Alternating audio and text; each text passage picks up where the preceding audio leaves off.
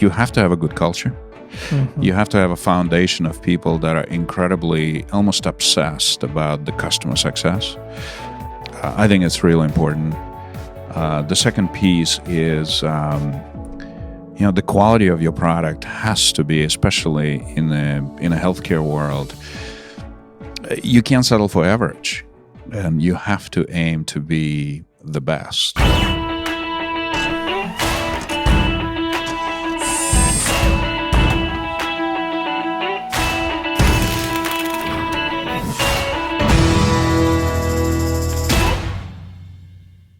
A quick interruption to remind you to like, subscribe, and rate this podcast so we can get your feedback and know how to make it better.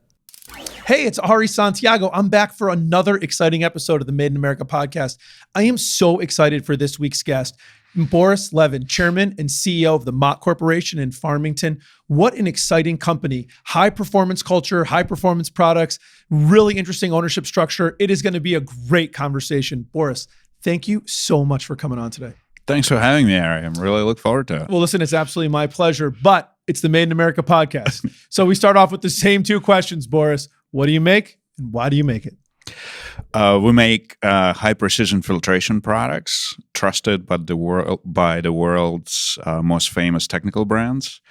And we're making it because we want to inspire engineers all over the world to escape the ordinary. Ooh, inspire engineers all over the world to escape the ordinary. That's right.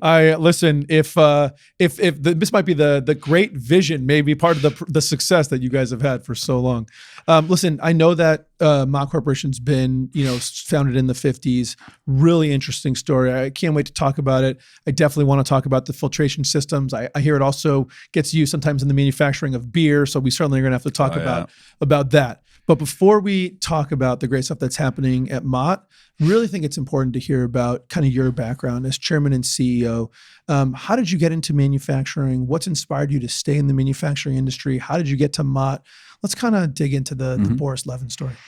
Well, I am a engineer by training. I'm a material scientist, so I always was interested. My dad was a metallurgist, and so I wanted to follow his steps and went to school to study metallurgy and material science. And so that's really kind of been a passion of mine to figure out how to make things and what things are made of and why they break. So that's the part of metallurgy is to figure out, do failure analysis to understand why things fail.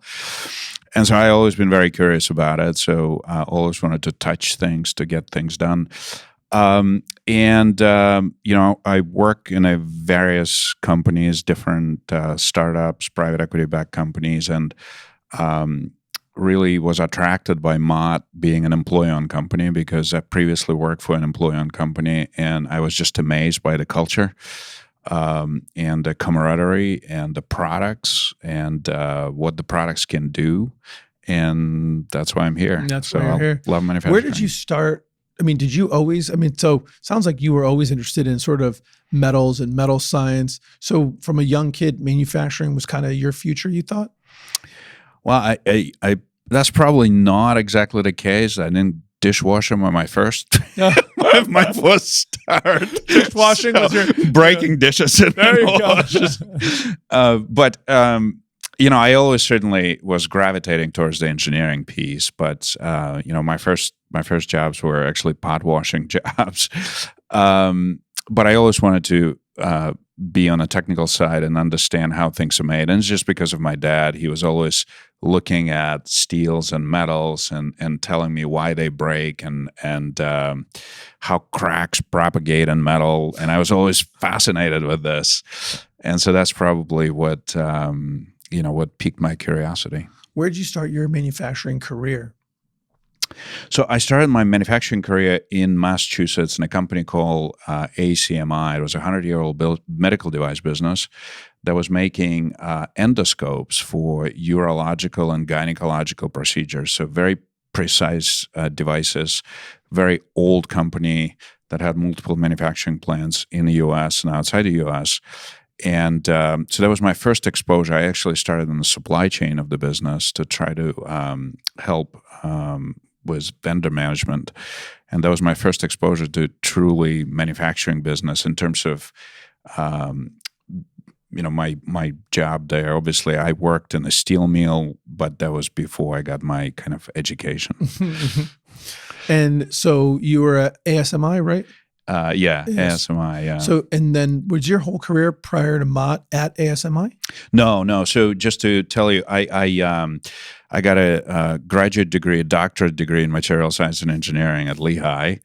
So I broke a few things in the lab. There you go. And then I worked for a few years in a strategy consulting for a company called A.T. Kearney in Chicago. And after that, I had an interesting career progression. I started in a startup company called supplymarket.com at the height of the startup. It's like the 90s? That's right. It was in the 90s, late 90s. And it was one of the few startup companies that was relatively successful. And it was a great group of people, about 30 or 40 of us. And we built a product. And so I worked for a couple of years just experiencing the spirit of the startup company and understanding what it's like for everyone to row in the same direction and kind of working 24-hour days for a purpose. After that, what was the company? the company was supplymarket.com. And what was the business? And it was an auction for direct materials, meaning for engineered materials. So the big companies like, let's say, Ford Motor Company, General Electric, Alcoa, could go on site, put their highly complex engineering products on it, and then we would create market for them. And it was a combination of the software platform, but also a lot of engineering knowledge. And that's what attracted me to it. So it was not just an auction, but I had to understand the design of the product and then figure out how to best match those customers with the right vendors. So the company would come in, Alcoa, GM, whatever, with a need. That's right. And then the theory behind the business was we get the need, collect the need, catalog it on a website, That's and then right. suppliers would come in and then they would bid on the work. They would bid on it, or oftentimes they negotiate. Sometimes it could be a one-on-one negotiation using the software, using the platform.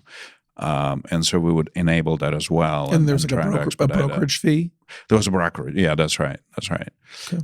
And so my role was, they call me a market maker. Okay. So I was supposed to understand kind of the different engineering requirements that our customers had and translate it to vendors, and also explain to vendors that it's not just a bidding thing that's going to reduce their price, but it's also allows them to showcase their product in the best possible way using this platform.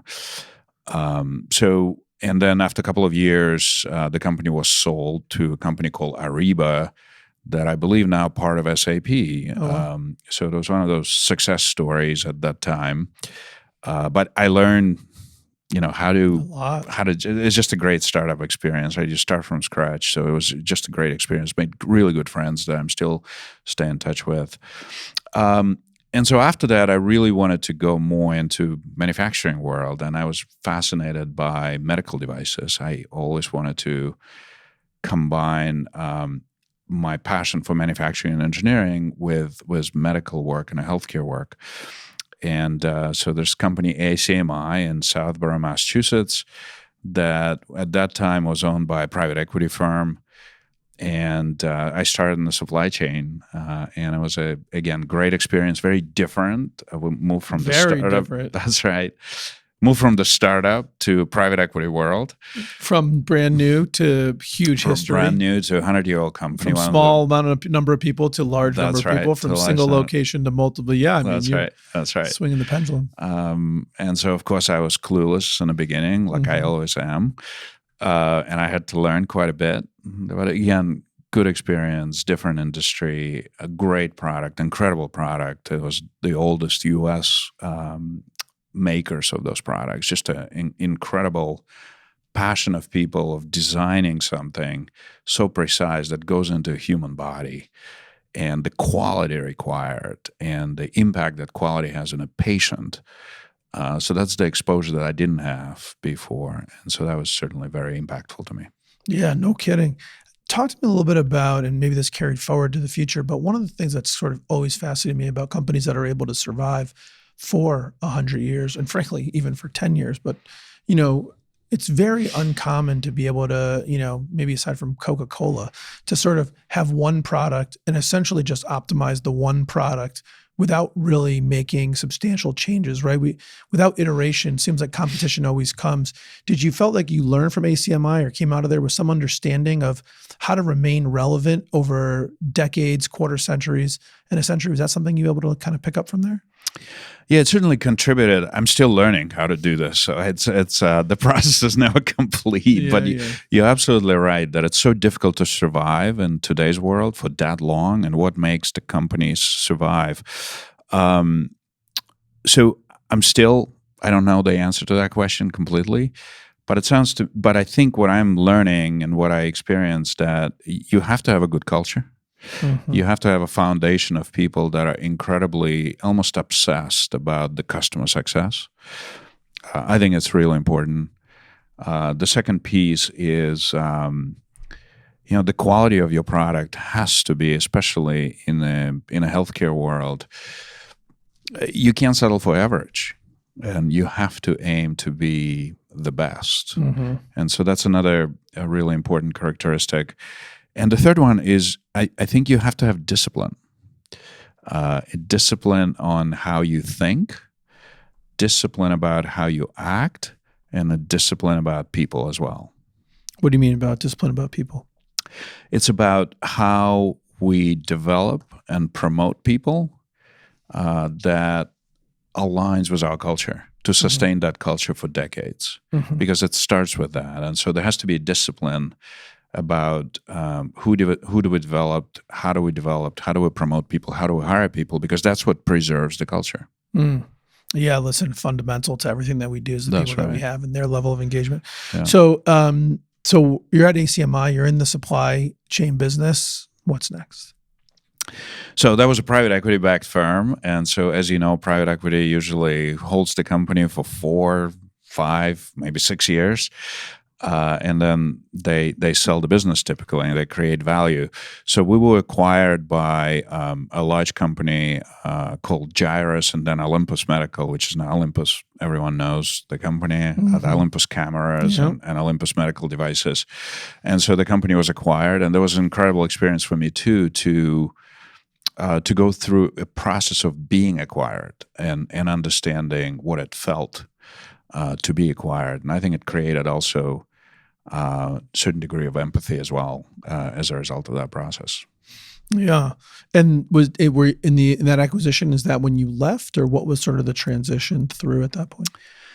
Yeah. So that was actually an interesting story there that I think impacted me quite a bit. And I shared this a story with our employees, and so it's a little bit long-winded. Please, yeah, we got long format. So please. The story is, I was at ACMI, and I was in a senior position, so I was a general manager running at that time, after working there for almost 5 years, running a division of the company. So we were acquired, and after we've been acquired, I think 3 to 6 months after that. Obviously, the new company coming in and acquiring and bring their own management, and it's totally understandable. And I was relatively early in my career, and then one day, I'm called to an office of a new CEO, and I've been told, "Hey, great job, you've done really well, but we have our own management team, and we're going to part ways." And, it's an incredible experience, right? And at that time, I was relatively young. I was like, oh, all right. I had a good run here. It's 4 to 5 years, and, I'm going to find something new, right? Mm-hmm. Hey, that's great. And I, obviously, we had a good conversation, was a new CEO of the company, and there were a number of people impacted too, and it's typical. Mm-hmm. And so then I get into my car. And at that time, we lived in Boston. And did you have a family? Yes, my wife was. We had a 6 months old, and I'm driving home, and the windows is open. I'm driving to Boston, and I'm happy. And then I'm holding my hands on the steering wheel, and then I'm getting closer and closer to the house, and then I feel my pulse is racing, and I feel my hands started to shake. And I'm thinking, when I come home, what am I going to tell my wife? Am I going to tell her before dinner? Am I going to wait after dessert that I don't have a job? How am I going to handle it? And so I came home, I opened the door, and at dinner I told her. But that moment of recognizing that it's not about I had a good job, I had a good run, but recognizing that you are no longer wanted has an incredible impact on how it feels, right? And so I share the story with employees because every once in a while, especially at the times of crisis, sometimes people say, we're going to have layoffs. And how do you think about layoffs? And I share this story because,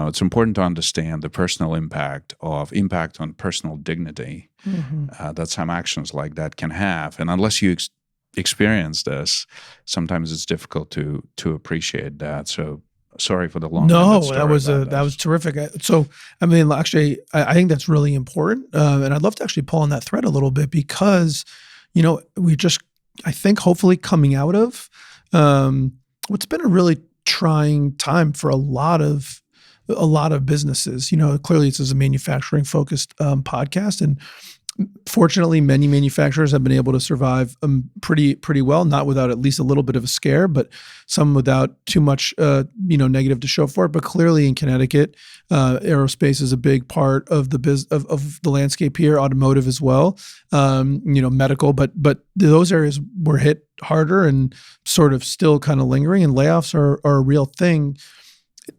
When you think about the pain there, I don't know that means we can't ever do it. So how do we kind of juxtapose, let me ask it a different way. How do you think about being sensitive to that, but at the same time, sometimes having to make those tough decisions? And frankly, by the way, it's not even just during layoffs. I mean, we hire people, I'll speak for myself and my businesses, 100% of the time when we hire someone, we believe it's going to work out. We believe that they're going to be here for as long as they want to be here, hopefully for a long time, that they're going to contribute value to the business, to our clients, to our customers, to each other, and we're going to contribute value to them in their life. Right? That's 100% of the time. But I think it's fair to say, I know for a fact it's fair to say, it doesn't work out 100% of the time. That's right. So there's always those tough decisions, and I struggle with that. So I wonder your thoughts around that. How do you kind of square that circle? So I think it's good that we struggle, right? Yes. I think that's if we wouldn't struggle, there would be a problem, right? We're probably something wrong with us if we don't struggle. Little sociopathic tendencies. That's right. So I think it's good. The struggle is good. So I like this concept. I don't know where I've heard this, but I've been thinking about it probably for the last decade or so. And we actually talked about it at the company as well. This concept called demarcation line. Mm-hmm. What is our demarcation line for making certain difficult people decision? Whether it's a layoff in a company, and thank God at Mott we haven't had those, yes. So we've been successful. But even in the situation that you described, you hire someone and you have best intentions. Sometimes things don't work out. And what is that personal demarcation line? And for me, it's oftentimes comes to the values of the company, right? At what point those values, the core values that we have, are being sort of not followed. And to me, that's one of the first criteria for that demarcation line. And the second criteria is typically, how is that decision impacting other people in a company as well, the broader culture of the business. So, and there's probably others, but just thinking about a demarcation line is good. And I think just the fact that you just said it's not an easy decision, that's great. It should not be an easy decision. Yeah, it's tough. And, the conversations we often have, two things that sort of come to mind, I'll kind of throw to you for some thoughts. Because I think it's a great topic to talk about because people, listen, business owners, and I talk to many of them, we all struggle with this thing, and I think two things we've sort of talked about over the time here at IT Direct and stuff has just been about two things, really. One is, love them as much on the way out as we did on the way in, right? And, doing the right thing, people often accuse me of being too quick with a severance or too long with it or whatever. And, but I think, we all have made the mistake. We just need to love them as much on the way out as we did on the way in. So that's one thing I'm interested to get your take on. And the other one is, I think, sooner is better. Like the delaying it, for many, many times, especially historically, we knew it was wrong. The person knew it was wrong. We knew it was wrong. It was just a mistake hire for whatever reason. And stretching it out 6 more months, 12 more months isn't reducing the pain. So we just try and be a lot clearer about what's not working and be very honest and just say, hey, maybe this wasn't right. Yeah. And if it's not right, can we find a different place for you that is right? And let's, get us both what we need. So I don't know your thoughts on. No, I'm totally in agreement. In fact, I'm kind of learning from you on this as well. I think those are great. I'm sure you run into that situation quite a bit. There's not a manager, an executive that ever said that, the decision. They always say I waited too long. Right? Yeah. So I don't know what does it mean not to wait too long, right? But I think I totally agree with you, Ari, that it's hard to have those conversations. There's a reason why we call them difficult conversation, because they're hard, and the right things and hard things are often the same. Yes, and it makes it hard. And there's no clear guideline. There's never a right time. Some would just come with experience. You're getting a little bit better at this with time, but I still probably not very good at this. It's a big weakness that we all have. Yeah, no doubt. So I mean, you've talked a lot. Let's kind of flip. So you left ACMI. How did Mott find you, or how did you find Mott?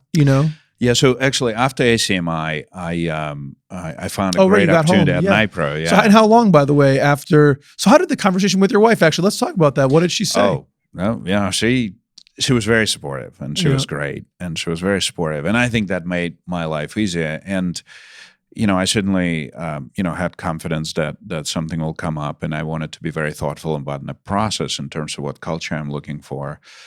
But the conversation went well. But experience was incredible. Just to feel what I felt at that time is really, I think, beneficial. Yeah, carry that with you for a lifetime. That's right. Mm-hmm. That's right. So then I went to work for this amazing company called Nipro in Clinton, Massachusetts, which was one of the largest employee-owned companies in the world, injection molding company that was founded by Gordon Langton, who just recently passed away, an amazing, amazing human being.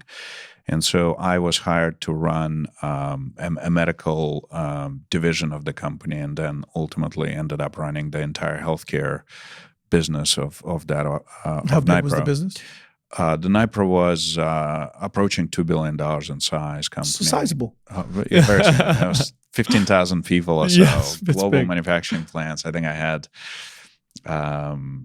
significant responsibilities. But it was the seeing the culture that Gordon Langton and a team around him build, and employee ownership, was something, again, very different and very amazing. And it's added to my experience of seeing different things. And so that was an incredible experience to see. Again, that company was founded in the 50s, of what the culture can do for the longevity of the business, what it can do for customers, what it can do for loyalty for each other. And so that was an experience that I will never forget.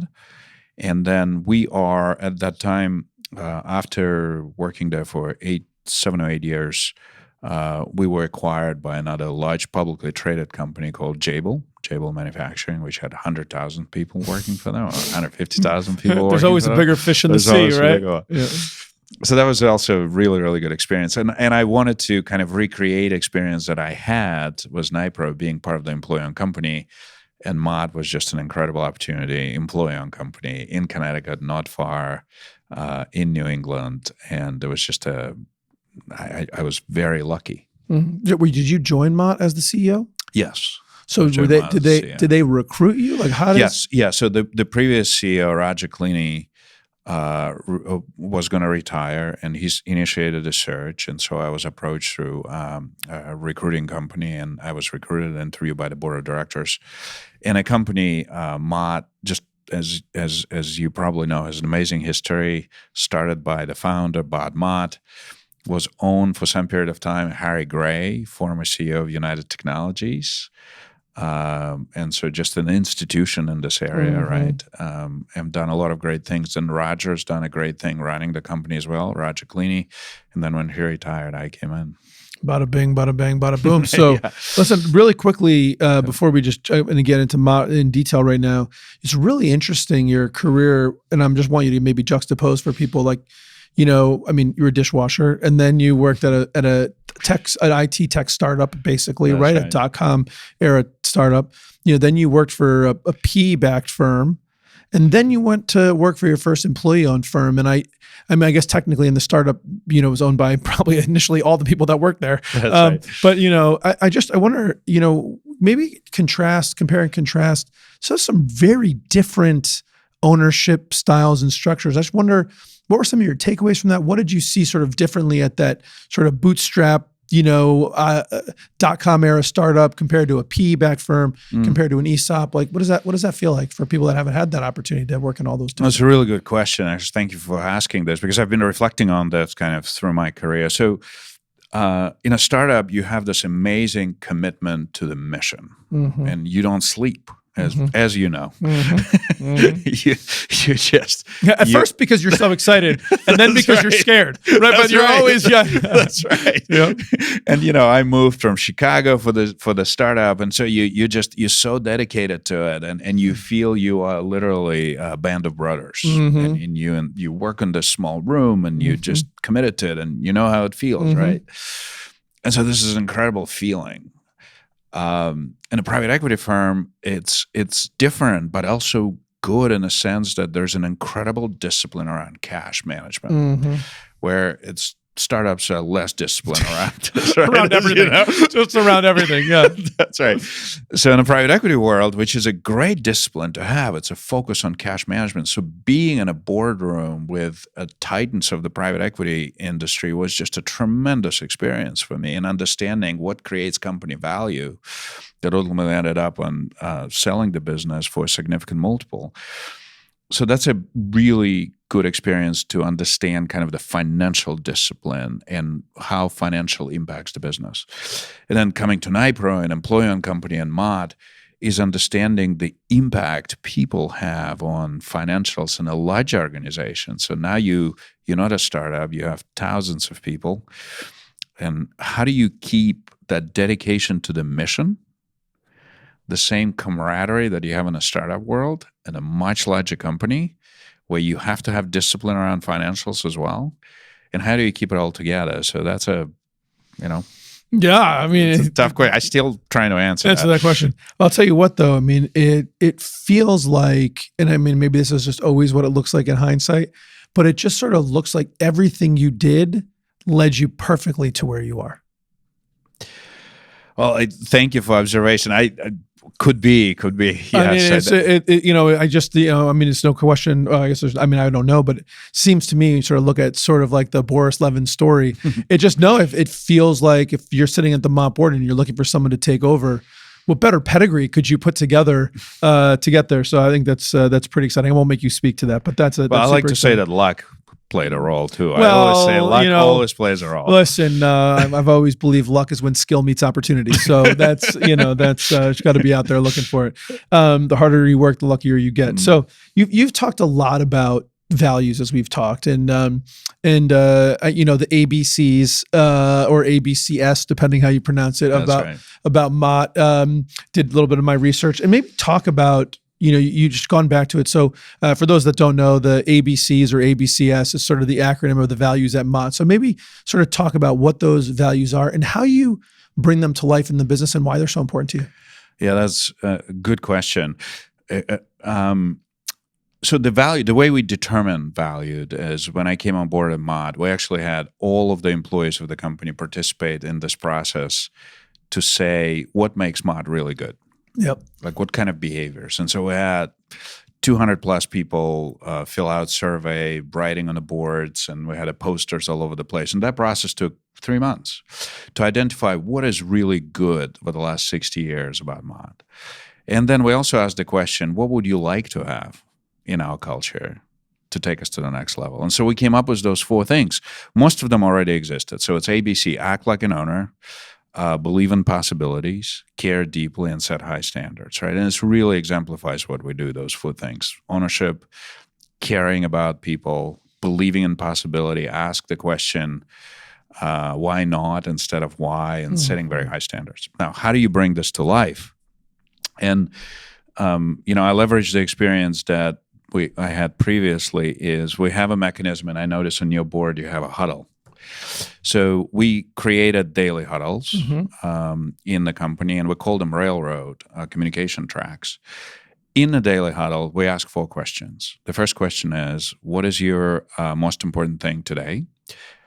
Second question is, how are we doing against our goals for the quarter? The third question is, what problems do you have that we can help you with? Or we call them stocks. And the fourth question is the most important one. What are our core value stories? And so daily, every group gets together and we share core value stories. And someone said, I saw John Smith did this, and that represents our core value of acting like an owner. So that's how the core values became not just plaques on a wall, as I'm sure you've seen many companies have. To really, we're trying to highlight the examples of behaviors, and it's less important how you call the core value, but sharing those stories is incredibly powerful. So at the huddle on Monday that we probably had 7 core value story in my leadership huddle, 7. And in some other huddles, we have 15.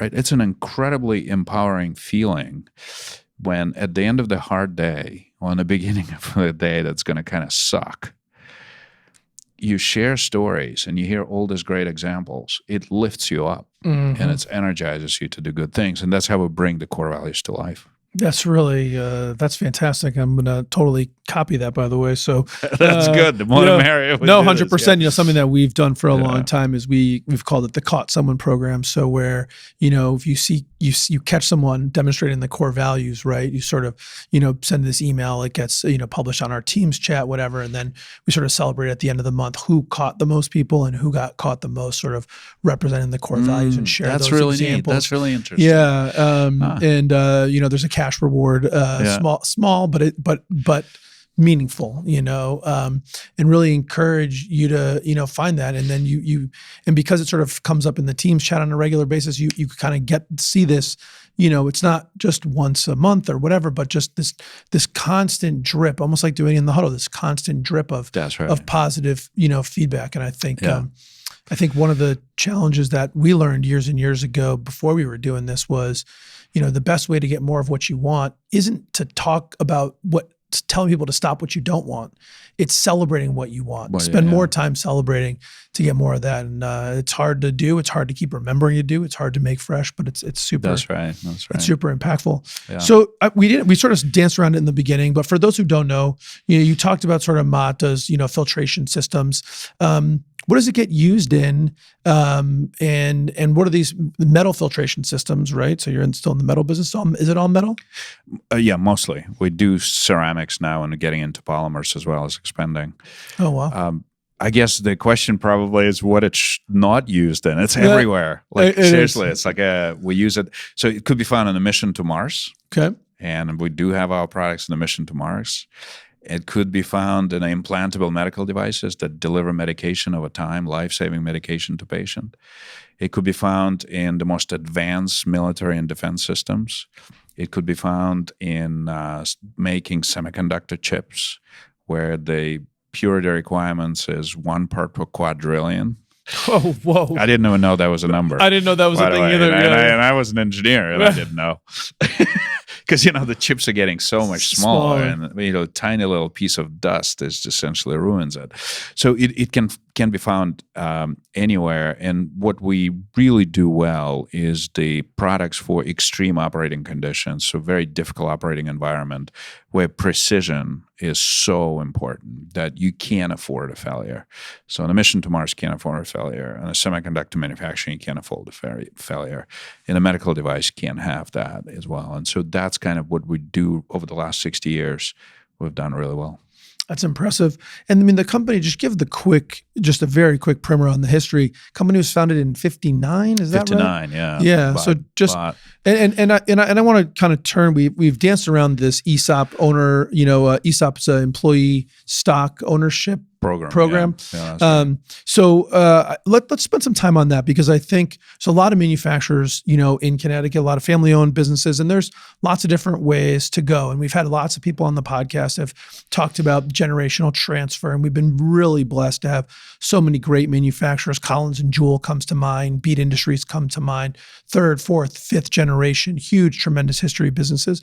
Others that are, have been acquired by other larger businesses. We had Whitcraft Group was on here. We've had, some have been sold to PE firms, but we haven't really had an ESOP conversation. So maybe sort of talk about how Mott started. It was a privately owned company, wasn't always an ESOP. Mm-hmm. Talk about how it became an ESOP, what an ESOP is, and why people could consider that as another way for the business their business to continue. Yeah, thanks for asking, Ari. And I think it's a really important concept. I found that most people don't know about ESOP, so it's really or if important. They do, what they think they know is about 80% wrong. That's right. I'm still learning too, so it's not like I'm an expert on it. But and for manufacturing companies, it's also important to know. So the company was started in 1959 by Bob Mott. So he was an owner of the company. He was a World War II veteran. Always wanted to start the business. Started in a small facility in East Hartford. And he built this business. And then he sold the company to Harry Gray, which we all know, former CEO of United Technology. And Harry Gray was actually running this business, which is kind of scary, right? In terms of, oh my gosh, can I ever fill his shoes? Mm-hmm. He's a giant titan of the industry. And he's done lots of great things for the company together with Roger. So before Harry Gray passed away, he decided to sell the company to employees 100%, which is an incredibly generous act. He probably had options to sell the company to private equity. He had an option to maybe sell it to another strategic buyer, and he decided to sell to the employee. Now, he received a return for it. So it's just another way of exit the business for someone. So instead of selling to a financial buyer or going public, you can sell the company to employees, and there's a mechanism for it. There are certain tax benefits that exist for that because the federal government actually encouraging that to do that as to create more employee ownership. And by the way, what an amazing way to fight income inequality. Mm-hmm. Is transferring ownership to the employees. So Mott is 100% employee-owned company. Every employee has a stock ownership. 100%. 100%. So it's not only 100% employee-owned, it's 100% employee-owned by 100% of the employees? That's right. Interesting. That's right. So is that a defining characteristic of an ESOP? There are ESOPs that could have only 20% ownership by employees, or 30 or 50. You could have a range. Could 20, but if only 20% of the employees own the business, then it's not an ESOP. Technically, it's an ESOP, and sometimes some people say, "Well, we're an ESOP company," and so you may want to ask a little bit more questions about it, right? Because to me, the definition of the ESOP probably really, the essence of it, if the employee own more than 50% of the company. Got it. So in our case, it's 100% of the company, Got right? it. So the way the company is structured, we have a board of directors, outside board of directors. So it's their responsibility is to do what regular board of directors does. And we have a trustee that represents interests of employees as well. And so our governance structure is very rigorous. Think of us as almost a public company, but not publicly traded company. So every employee is a shareholder. So we have 250 or so shareholders or people that own the stock. We're very transparent with employees about our financials, about our results. We have a fully independent board of directors, outside board of directors. So it's a very rigorous structure.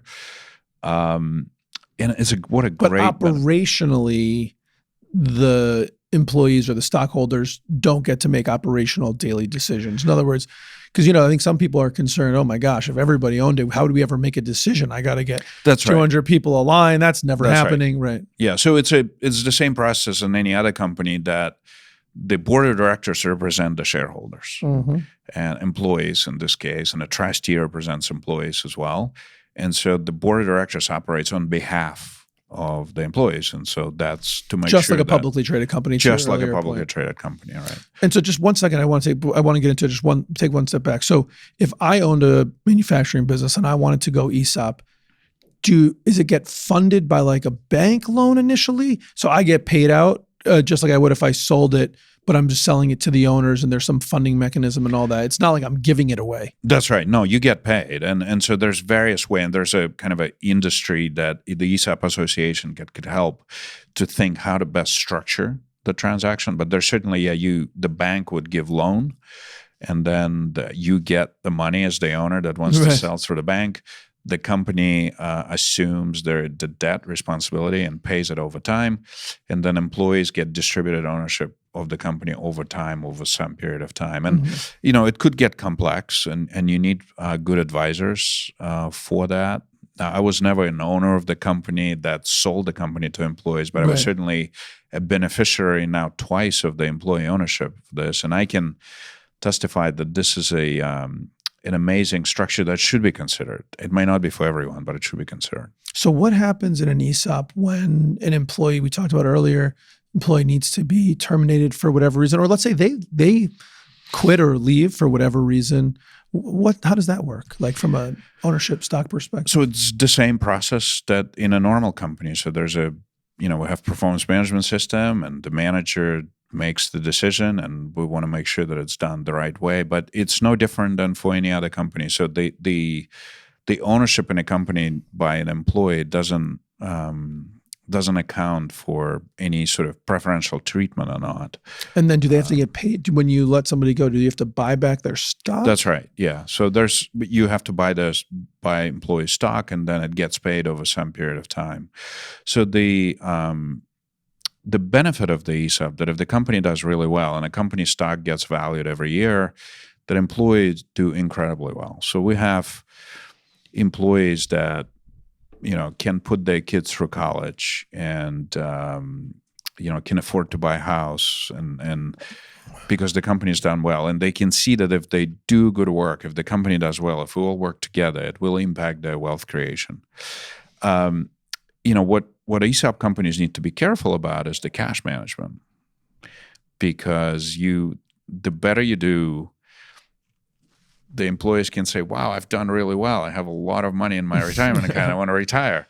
And so the company has to pay over some period of time, right? And so that's create pressure on cash. And so that's a balance that it's absolutely manageable, and the companies do manage that, but it requires definitely a discipline to pay attention to it. Interesting. So this is your second ESOP. That's right. And I mean, I know you've just already sort of said that you testified you've done pretty well. And you like it. Yeah, I like it. I like the culture of it. I like what it can do. I like the idea that if the company does really well, employees do well. It's just especially in this day and age, I think it's an incredible feeling to be able to say every annual meeting that we have, look what we've done. And look how it impacted your pocketbooks. Yeah, listen, that's a powerful incentive. And listen, when your first core value is act like an owner, that's right. It's helpful when you actually are an owner. That's right. Right. So it's not just sort of act like an owner and someone's like, but I don't own anything. No, everybody is an owner. So you got to act it. And it also creates accountability in a sense for the leadership team when you're washing hands in a bathroom and someone does one of this to you and say, hey, we're not doing that good. You got to do better. It's impact my retirement. It's like, whoa. And they own her. Yeah. It's like, it puts like, oh, yeah, I got to shape up. That's right. That's really a really interesting thing. So something I wanted to ask you, I was kind of prepping for the interview and was looking at the website, and I noticed that your customer contact form is listed under Innovation Center. And there's a big sort of focus, or at least what I sort of picked up was, it isn't sort of, hey, come to Mott, buy our product. It's sort of, hey, Mott, we're a solution-oriented business. You sort of talked about the sort of believe in possibilities, set high standards. I don't know, just it was a really interesting take on sort of, lead gen. So maybe just sort of talk about this innovation concept and how you guys got to go to market with that. Yeah, so early on I mentioned, you asked, why we do what we do. And I said, it's inspire engineers all over the world to escape the ordinary. Mm-hmm. So we make extraordinary products, and we make them from the ordinary metal powder. And so we oftentimes solve problems that no one else can solve. That's how difficult they are. When the quality is required 1 part per quadrillion, which is equal to possibly 1 drop of water passing Niagara Falls in a day. And you ask to do that. Right, so that's what we do.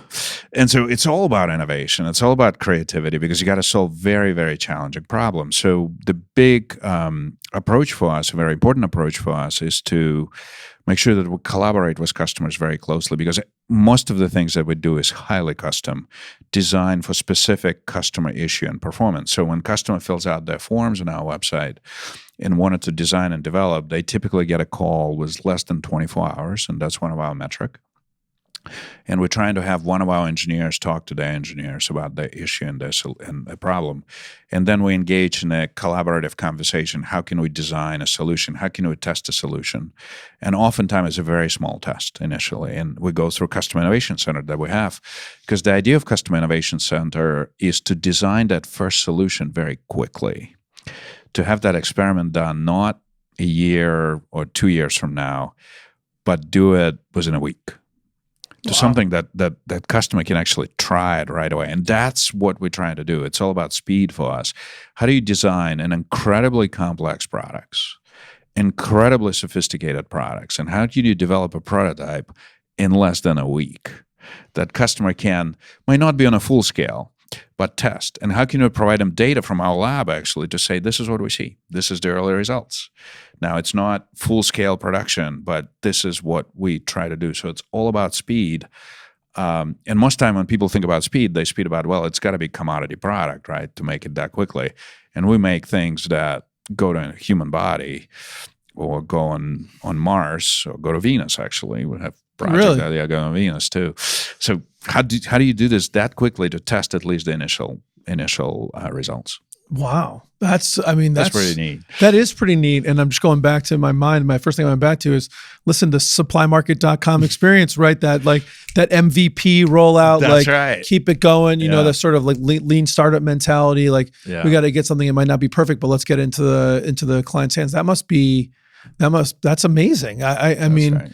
And this is something, this got to be a defining characteristic, huge competitive advantage for the business. You're spot on, Ari. Yeah, that's right. It's a defining characteristic, right? It's that speed and that focus on the customization and doing it very quickly and maintaining that edge. So our investments or what we do, it's all about maintaining that speed edge. What capabilities we need to develop to do things faster, to design prototypes faster, to test prototypes faster, to develop solution and test them faster. It's just what we're building. How do you think about, like I'm just immediately went to sort of staffing and recruiting because I mean, you're not getting people off the shelf with this type of execution, I wouldn't think, you know. How do you guys think about, you know, recruiting? Obviously retention, ESOP I'm sure helps there, but how do you guys think about recruiting and retention for this type of like crazy role? Yeah, it's. I'm sure everyone who comes here say that recruiting is challenging.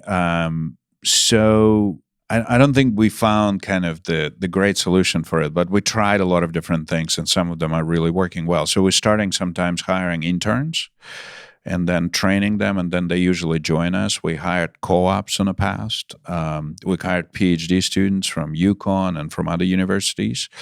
So we are. You know, we're kind of trying all avenues, and I can't say that we found kind of this one way of doing things, but we really try to identify people that are fit to our culture really well. So if it's a scientist, you know, how can we help them to develop the sort of this attitude that let's ask why not instead of why we're doing this, right? And so that's what we spend a lot of time on in our hiring process is to understand that. What kind of person excels at Mott? So it's usually have 4 characteristics, and we've been thinking about it quite a bit, and I think we nail it down to 4 things, hopefully. So the first thing is someone who is reliable. So they do what they say they're going to do, and it's a reliable. Our products are reliable. People got to be reliable. They can't fail. Too. So the people has to be reliable, right? The second thing is it's flexible mindset. What we do is no one else oftentimes can do it. And so it requires a certain degree of flexibility in a mind to say, how can we figure out, how do we get this done when Mott is the only answer? Mm-hmm. And so it requires flexibility of the mind, sometimes even holding two different opposite ideas in your heads and to figure out how do we resolve the conflict, right? So that's about flexibility and constant change and speed, right? And the third one is the being humble. And we define being humble is being resilient in our setbacks and being gracious in our successes and share the credit. And the fourth one is just perseverance, is just overcome the obstacle, find a way. You know this in a company that you built. It's just sometimes you just got to find a way. You just got to find a way. It's funny, when I started IT Direct with a dream and a desk and a computer, I named the computer Perseverance. Really? Yeah. Oh, that was the name of the computer, yeah. You still have it? Yeah, it's in the back closet. Yeah. Put it up front. That should be in the get lobby. that out there. Yeah, Probably probably should put that in the lobby. That's a really good idea, matter of fact. Listen, this has been super awesome, Boris. I got a million more things, but we're kind of running out of time. Before we kind of move to rapid fire round of questions and sort of wrap it up, this has been so interesting. I want to go in a bit of a different direction. It's a conversation you and I had a few weeks back. You're a guy that, in addition to all the stuff you've done, and in your various careers and the great accomplishments you've had there, you're somebody that's taken time to engage in the community. And I just would love to kind of get your take and your inspiration about why you think it's important for business leaders to engage outside their walls, and not just engage outside their walls in things like this that talk about their business and expand their business, but in things that are unrelated, their kids' education, other nonprofits. Just talk about why you do it and why you think other people should think it's important to put their time in that. So I think I've been doing this in a way that I feel helping others in a community that may be less fortunate is really important. It's just part of who we are, regardless of what businesses we're in. So I think everyone should do it. And so to me, it's just probably comes natural. But again, I don't want to be kind of self-promoting about it. So I think it's important to help other people in the community. It's part of the core value of being humble and share successes. So that's one. The second, for the business, and especially for business leaders, I think it's hugely important because I personally believe that when business move from one location to another, from one state to another, more likely than not is because their CEO didn't have a connection to that community. It's just my belief. Mm-hmm. If the CEO is connected to the community and really participates and involved, it's a lot harder to move. Right? It's a lot harder. And this decision getting, and I know it may sound, it's not about dollars and cents all the time, but I think it's important. I think the business is a big part of the community, but by giving people jobs and employment, we're lifting people out of poverty, we're helping them create better lives. And I think we have a responsibility that goes just beyond our day-to-day job. So sorry about the long-winded answer. No, I think it's really important. And listen, there's so much pressure, I feel like, on business leaders, and it feels like it's getting more, not less, to make an impact, short-term profitability. What are we doing now? There's so much competition. It feels like the cycle in business is just getting shorter and shorter and shorter. But I still think, in the face of all that, it's so important to make the time, and and there's so many skills that we've developed and you've developed that you've taken the time to share with the community outside of, and I think it's important. I agree. Yeah, I agree. And you've shown it with your time. Go ahead. Sorry. No, thank you. Well, listen, rapid fire round of questions. You ready? Uh-oh. All right, don't worry. Right. Here we go. All right. Red Sox or Yankees? Red Sox. Nice. Starbucks or Dunkin'? Dunkin'. Staycation or exotic destination? Staycation. Ooh. Sports car or SUV? SUV. iPhone or Android? iPhone. Favorite business book? I think Good to Great, Jim Collins. That's a good one.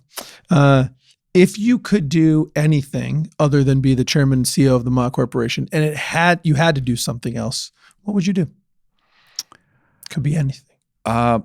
I would be a fly on a wall in a locker room of Patriots, New England Patriots, listening to what is Bill Belichick, how does he coach, Interesting. and just observing that and learning from that. Oh, that's a good one. I like that. What's one thing, Boris, that you learned early in your life or early in your career that you think's helped springboard you to all the success that you've had? I think probably the value of just don't turn any opportunity down. Just take what's in front of you and just work hard at it and do the best you can and learn from it. So I learned from my parents that it's not fail fast, it's to learn fast, more important. And so to me, that was probably the biggest learning from my parents, is about learning fast. And how do you learn fast? How do you get that? Sort of like your personal why not instead of why. Yeah, in a way. There you go. Yeah. What's one thing that you learned later in your career, later in your life, that if you went back and told young Boris and he listened to you, it'd make a real positive impact on his life? Just be more humble. You can always be more humble. Be more humble. Be more humble. Yeah. No, listen, I love it, Boris. It has been a real pleasure having you on. I look forward to watching what happens at Mott. Hopefully you'll come back in a while and give us an update. Some exciting things happening there. I really appreciate you taking the time. Thank you, Ari. I'm grateful for you and thanks for what you do, promoting businesses, and I'm just grateful to being here and your great questions. Thanks. Made in America with Ari Santiago is brought to you by IT Direct. As always, thank you so much for tuning in and spending some time with me today. You know, my goal is to help build a community where we can learn and grow together. Your input, feedback, and engagement is critical to making that happen. Please do comment, like, and subscribe so more and more people can hear what we're doing and join our community of growth and success. Thanks so much for tuning in. Talk to you again soon.